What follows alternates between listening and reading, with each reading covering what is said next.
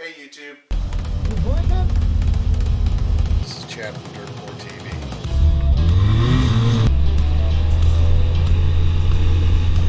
If this is your first time watching and you like this kind of content, please hit that subscribe button.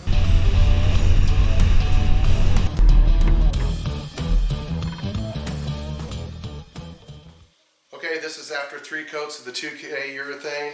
It is a really slick finish. It's hard to believe that you could get this kind of a finish out of a brush. 2 coats I wasn't happy with, and I'm really glad I did the 3rd coat because it filled in everywhere that I had a little mark that I just wanted to put a little more paint to it. I just 3-coated everything. I had plenty of material. I still have enough material. I could probably do the whole job over again. But the spindles look slick, man, like glass. We're gonna get these suspension parts down and assemble them onto the snowmobile. Today is the start of putting everything back together on the F1100. When I mean back together, just together to where I can ride it, move it, and do some work on the clutching. I did buy a clutch tool. We'll get into that later, but these are just a bunch of parts that I got here. Sway bar connects, extra rivets, screws, bolts, full front ski assembly kit, bolts to get the front suspension back together, all kinds of shims. I bought every shim for the secondary and primary so I can get it shimmed properly, because I don't even know where it's at right now. It only had 1 shim in the whole system. A few tools that I'll be using, but I'm going to get all this back together. Shocks have been totally rebuilt. They're ready to go over here. Here's what she looks like right now. The way she sits, she doesn't have any oil in it. I've drained all the oil. I've replaced the oil filter. We're going to get the oil separator tank and coolant tank back on and bolt the front end back together. So let's repack this jack shaft bearing. I'm just going to take a little bit of grease out. You use the grease of your choice. I do have on my list to buy a needle for the end of the gun here so I can get it in there better, and also do the boots on my A-arms. But for now, this is what I have to work with. Just work it around, pack it in there.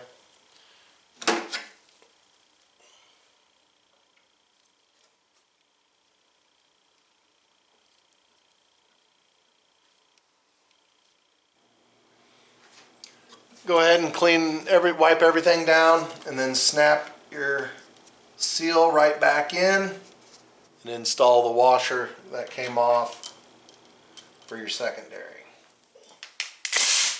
I'm going to go ahead and pull off this primary here. This is a T60.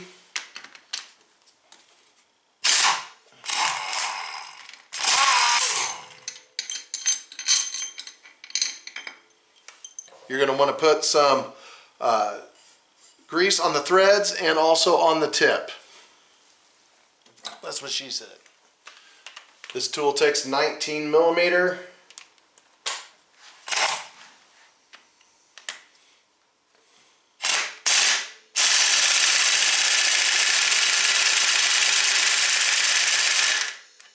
Get yourself a ball peen hammer. Make sure you hold on to it.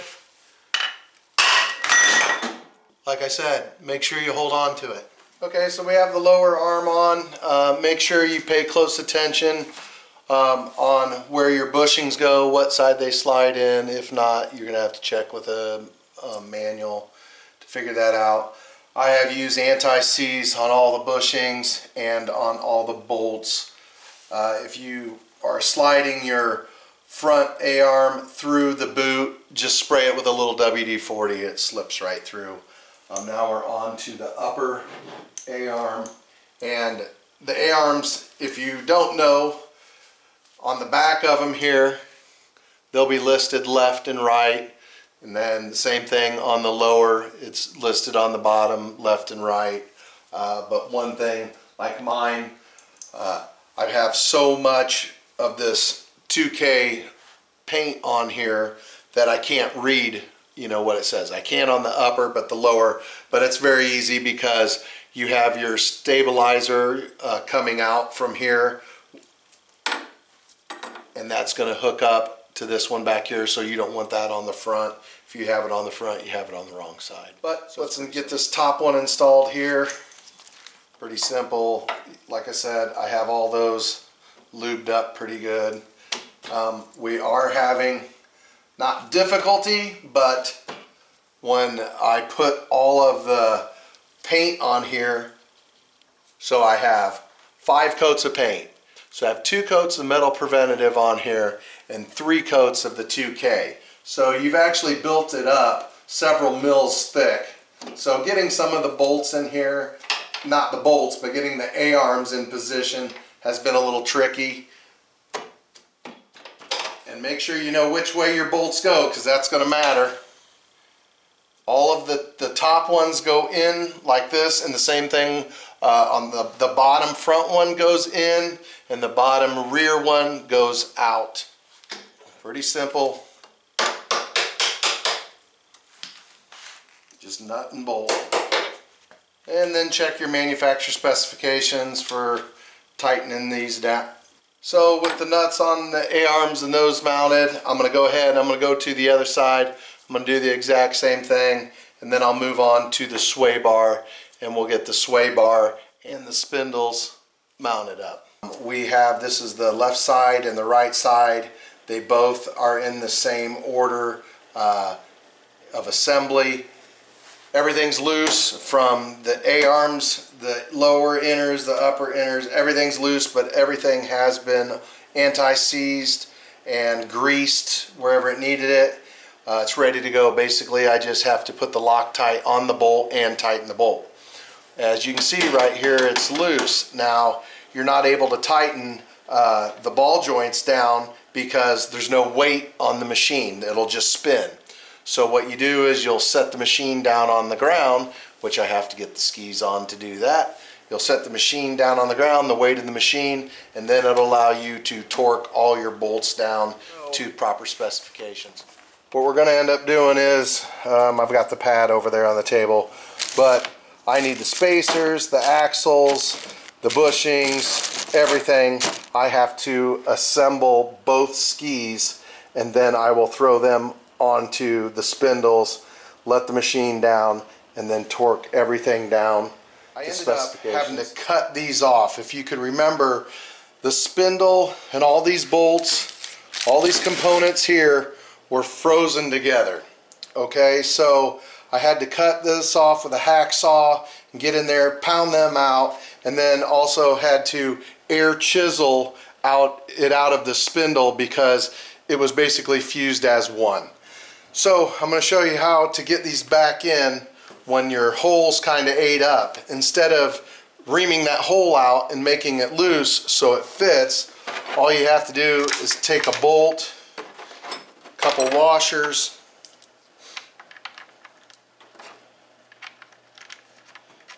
and a nut, and then you just make your own press and press that right on in there. Just make sure you have it clean on the outside and the inside, any shavings, because it does have to fit all the way in there. And go ahead, take your nut and washers out. And then I'll show you something else I found out with these skis. Like I said, I just purchased this sled, but I don't know if you guys know this, but the pads here, okay, you have your spacers. For some reason I had to get 4 spacers because that's what it comes in a package. There's only 2 on this machine, and you're able to move, offset the ski to have a wider stance or a narrower stance. Well, what you do, like this one came and both rubbers were in the same spot, so they were in the wrong spot, and I'll show you why. So this came with a wide stance. So with a wide stance, you would end up having your spacer over here to the edge and your ski spindle on the inside.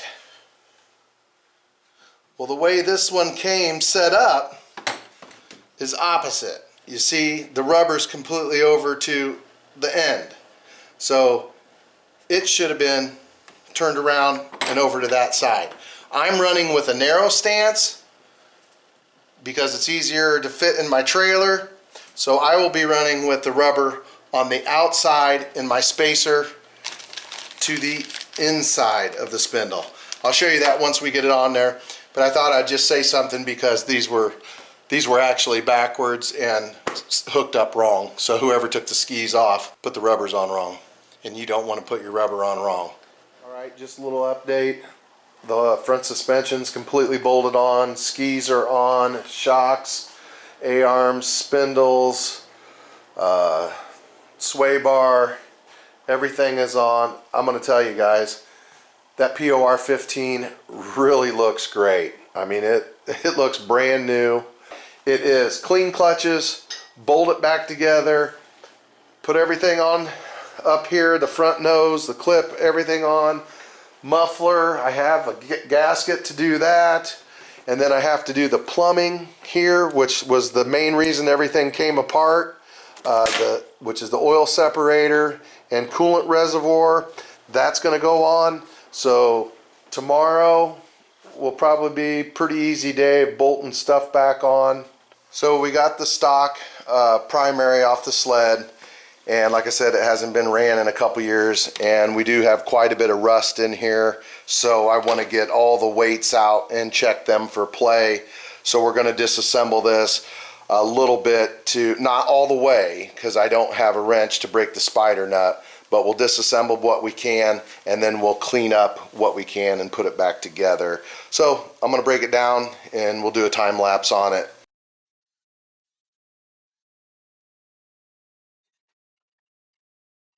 As I got started working on it, I noticed it was pretty dirty, so I went ahead and I took it out back and I sprayed it off with brake clean and scrubbed it with the toothbrush and another nylon bristle brush, and I got the best of it I could.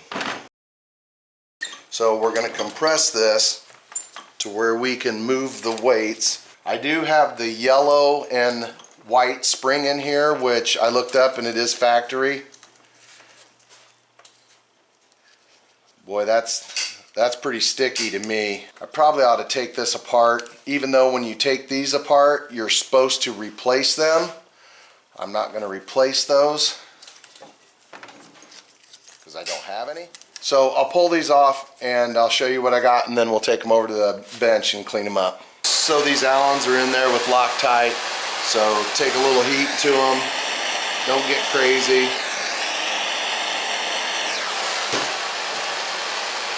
Should be able to get right in there. This is something you do not want to strip out.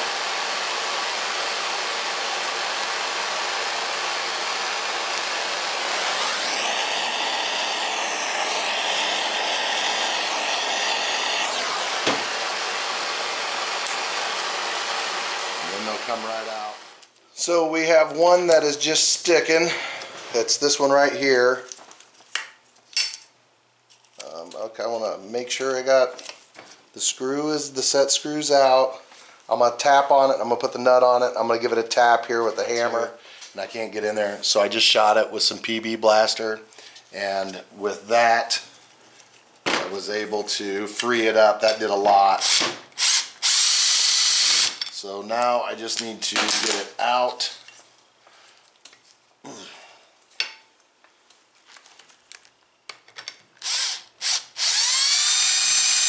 There we go. So I'm going to get this O-ring out of here, and we're going to try to save those. I'll take these over to the wire wheel, clean them up. I'll clean up these weights also, and we'll get these back reinstalled. I think that's the only problem. Once I spun them with the drill, they loosened up a lot. So if you could look down in here, I shot that one with PB Blaster. That's how much rust is down inside of there. So I'll clean all these out, and we'll take it out back, spray it all off again, and then we'll put it back together. So I'm taking a wire brush with some PB Blaster, and I'm going through all of these, kind of cleaning them all out. I have already went over to the wire wheel, got these cleaned up pretty good. So I think they're going to be fine, and we'll take the weights over there and I'll do those in a minute. But everything here is looking good. We're going to take this out back, we'll spray it off with the brake clean and blow it out with compressed air. Now what we're going to want to do is clean off all this belt residue that is left on both sides of the sheaths. Either one of these, or both of these I mean, have quite a bit on here from belts being blown. Heck, you can even see belt material up here and wrapped around there. So you want to kind of cross hatch this. You don't want to go in a circle, you just want to go at a 90-degree to it. So just keep going and get rid of that brake residue. I'm going to show you how to install the fixed pin weights. What you do is, these are the bolts after I already cleaned them up.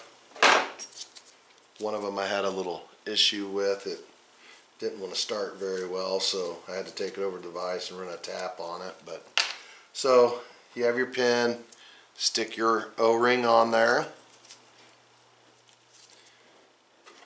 take your weight, and I've cleaned all the weights up, and you have the indention to where your set screw goes in. So what you're going to want to do is try to line that up while you're working it all in there, all at the same time.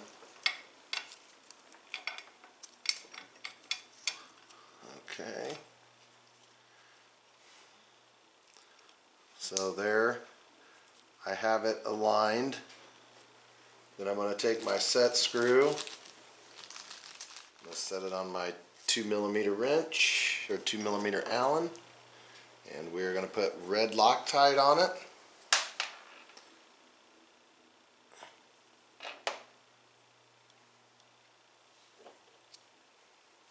Remember, this is a 2mm Allen, so don't go crazy when you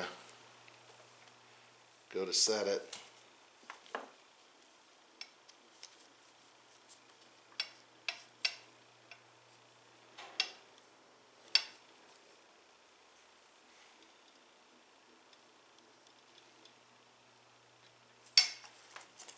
I go just about like that. Then don't forget your other O-ring on this side. Get it in place. We're going to put red Loctite on it also.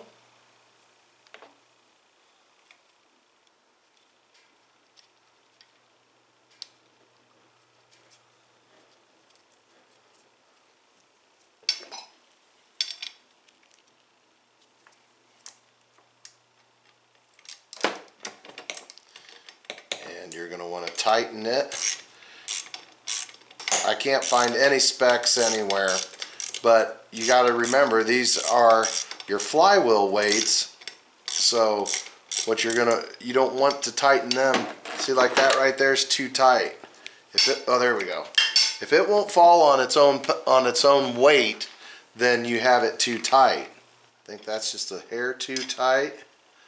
When I back it off, I only do about 1/8 of a turn at a time. There we go. Right there, that's perfect. So I'll go around and do the rest of these, but that's my recommendation right there.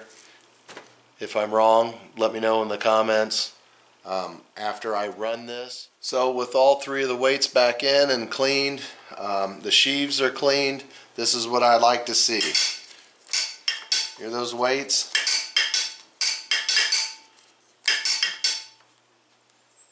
That's perfect. Like I said, I will make sure to keep an eye on these nuts to make sure they don't back off of the bolts here for the first ride or so. But other than that, this clutch is cleaned and ready to go back on the sled. Now we'll get into the primary. Here's the secondary off the sled, and this has an aftermarket torsion conversion kit on it. This is a Bikeman BMP Bikeman Performance right there. It has a yellow spring, which I don't believe Bikeman recommends yellow for some reason. I'm not even going to tell you which color I think they recommend, but I don't think it's yellow. So I don't know why that's in there. And then stock on the spring is a black blue. So this spring has definitely been changed, and the reverse ramps have been taken out of it, and you need to do that when you put the torsion conversion on here. So basically, I'm going to get this outside. I'm going to get it cleaned up the best I can. I'll bring it back in, and then we'll go over some of the ways to kind of check it and just to make sure it's operating properly, that we don't have anything stuck down inside the sheaves, and I will also 3M do a crosshatch on the sheaves. Now that I have it cleaned off the best I could with brake cleaner and scrub brush, we're going to go ahead and depress this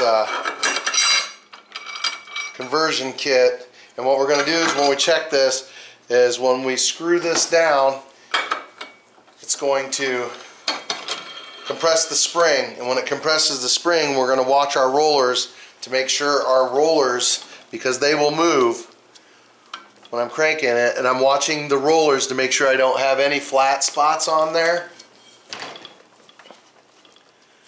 Just check them for flat spots. Keep your fingers out of here because that's how you pinch them. Believe me, I've done it.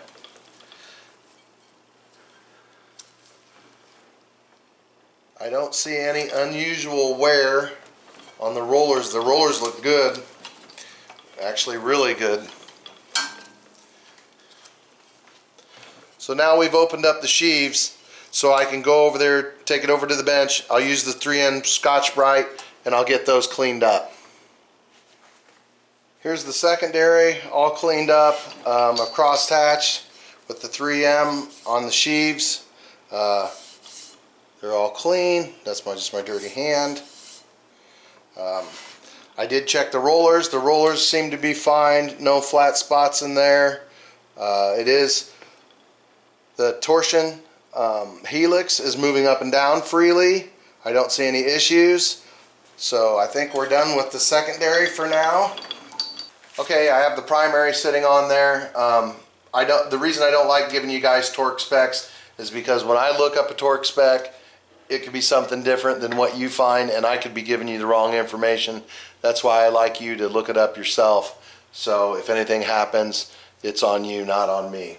But it does call for oil, not oil on the clutches, just to lube the thread with oil. So do that before you torque this down with your T60. And then also on the secondary, I put a little bit of grease on here on the splines, and then make sure you have whatever washers came off, put them back on, unless you're doing an alignment, which I will do later. I'm just trying to get this back together to see how it runs. We're supposed to have some snow here in the next couple days, so I want to get it back together. So go ahead and put your secondary back on and use everything you got here. I had a washer on here, so I left that washer on there. That's for your belt deflection, and I do put a little bit of oil. I do put a little bit of grease on the seals here. I've never met a O-ring seal that doesn't like grease. You don't want a whole lot of grease because your clutches don't like grease. So go ahead, and then there is a torque spec on this also. Check that out and make sure you get it torqued properly. I'm doing all this is just finger tight because I don't want to torque everything down now and find out that to get this side panel or to get my covers on that I have to take these off, which I shouldn't have to, but I hate putting something together and then taking it off later. Now we're going to move on to fitting the side panel back on and riveting it on.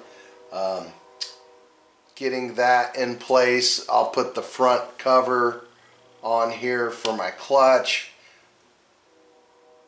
Get the computer and everything mounted, and that's the next step. So we have the lower side panel is on. Goes in with 2 bolts right here, 1 screw up at the top, and those are T20s. Everything else is riveted on there. But this thing here worked great. You pull it once, tightens it down, you pull the second time, snaps it off. So no problems there. what we're getting ready to do now is install the nose cone and the intercooler. So I'll get that plumbed up. Over here, I still need to put oil in it. I am going to put oil in, I think it's 3 quarts, don't quote me on that. But I'll put the recommended amount of engine oil in here, then come up here. I'm going to do this before I do the oil separator. You come up here, and there's that screw down there. You're going to crack that screw, or you can take it out, and you're going to listen for oil, because the pressure of the system will pump oil through here without it being started. Whatever you do, do not start the vehicle with that screw, bolt, whatever you want to call it, with that bolt out. So you just crack it. If oil starts to come out of it, great. If not, just fill it up, crack it, or pull it out, and then put it back in. And you have to listen, really very carefully, because just with the heater running in here or having the radio going, you're not going to hear anything. So make sure you do that. And then once I get it primed, I guess is what I would call it, with oil, then we're going to go ahead and we're going to install the oil separator and the antifreeze, and we'll fill that up. And the bleeder for the antifreeze is, boom. So that bolt down there, that looks just like the bolt on the other side, that's the one you want to crack for antifreeze. Especially if you have no antifreeze whatsoever in it. I really don't believe that I would have to do that right now. I mean, there's still antifreeze in the motor and in all the hoses that are low-lying hoses. And once I put the oil separator on there and the antifreeze reservoir, once I put it on there and fill it up, I think we'll be okay. But I just want to let you guys know where everything's at. I just finished torquing these down. Your secondary is pretty easy. All you have to do for it is lock your emergency brake, and then you can torque this nut down, which it does not take very much pressure. Do not use a big bar like that when you're trying to torque that, or you'll snap it off. But when you're doing this, they require a tool for your primary to do it. I have these rubber band type clamps, which work really good. Now that I have my primary and my secondary clutch torqued down, I'm going to use my offset bar. And what you do is you take the bar and you place it against your secondary, and then you're going to want it to slide down and rest on your primary. And then what you're wanting to do is have 0 of a gap right here where my finger is pointing at. Yep, you can see that. So you want to have 0 of a gap. So I've checked it, and I have 9 thousandths. All right. And if you remember, when I put this primary, or I'm sorry, when I put this secondary on, there was a shim behind here. So I can pull this off and check that shim and measure it, and then measure it and know if I'm going to make this gap any smaller or if I'm going to make the gap greater. I did buy all the shims from Articat so I can shim the secondary. So it all depends with all these shims here and the one I have in there, behind there already. I have to see if I can get that closer than 9 thousandths of an inch. Right there. So everything's good to go, and I am 9 thousandths of an offset, which is pretty close. But I did order a floating secondary, so that should be coming from Bikemen. But as of right now, this is as close as I can get it with all the shims. I'm going to finish up here with installing the rest of the guard, the belt guard, and the fuse box. So I'll get this up in here and get it installed. So for everything else that I have to do, I can do with this on. So we'll move forward and we'll get this buttoned up. We've got the clutch covers back on, the computer's mounted, the fuse box is mounted. I do not have a belt on it right now, but I just want to get everything wrapped up. Taking that off and mounting the belt's no big deal. The intercooler, like I said earlier, is on. I have to tighten these two bolts. I'm going to do that here in a second. So moving around to the other side that we need to finish up. We'll get it filled with oil, and then we'll get it filled with antifreeze. We'll wrap up the front bumper. Another piece of fascia goes on down low. A little skid plate goes on down there. I have one rivet that I couldn't get to on this lower panel because it's on a jack. If you like this content, please subscribe to the channel. Make sure you hit that notification bell so you're notified every time Dirt Poor TV comes out with a video. And thanks for watching.